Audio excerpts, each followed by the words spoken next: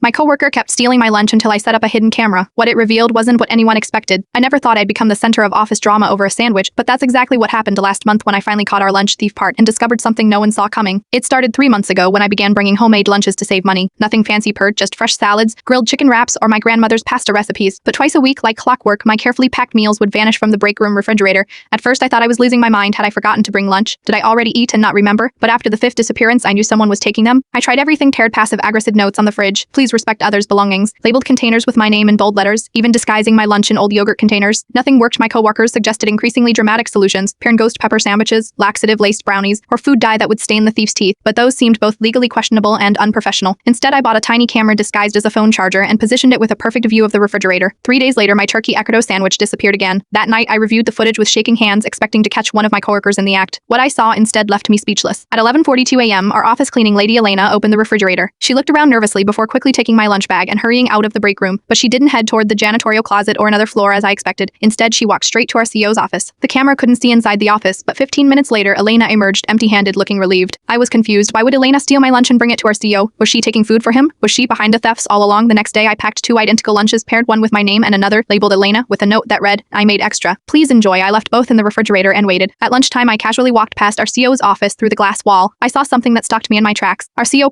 a man who made 7 figures annually printer, was hunched over my container of pasta, while Elena sat across from him eating from hers. They were talking and laughing like old friends. I mentioned what I'd seen to our receptionist, who's worked at the company for decades. Her expression softened immediately. "Oh honey, you don't know. Elena is Mr. Thompson's mother." She explained that our 67-year-old cleaning lady had refused her son's offers of retirement and financial support, insisting on working to earn her keep. Too proud to accept help, she'd taken the janitorial position at her son's company through an outside contractor, so most employees wouldn't make the connection. He pretends not to know her during office hours, the receptionist continued, but they have lunch together in his office every day. She usually brings simple food from home, but lately she's been forgetting her lunch. I finished, the pieces finally clicking together rather than admit to her successful son that she was becoming forgetful. Elena had been taking my food to maintain their daily ritual, and our CEO, who could afford 5-star restaurants, had been pretending my humble homemade lunches were his mother's cooking. The next day I brought 3 lunch containers, one for me, one labeled Elena, and one labeled Mr. Thompson. I left them in the refrigerator with a note. My grandmother taught me that good food is meant to be shared. That afternoon I received an email from our COO inviting me to join them for lunch. What followed was one of the most surreal meals of my career, trading recipes with our cleaning lady, while our CEO shared stories of the simple meals his mother made during his childhood. Before I left, Elena squeezed my hand and whispered, "I am sorry for taking your food," reminded me of what I used to cook. The next day, a brand new refrigerator appeared in our break room, paired with separate labeled compartments for each employee. And every Friday since then, Elena brings her famous homemade empanadas to share with the entire office. Sometimes the strangest workplace mysteries have the most unexpected explanations, and sometimes a stolen lunch can lead to the most unlikely friendships.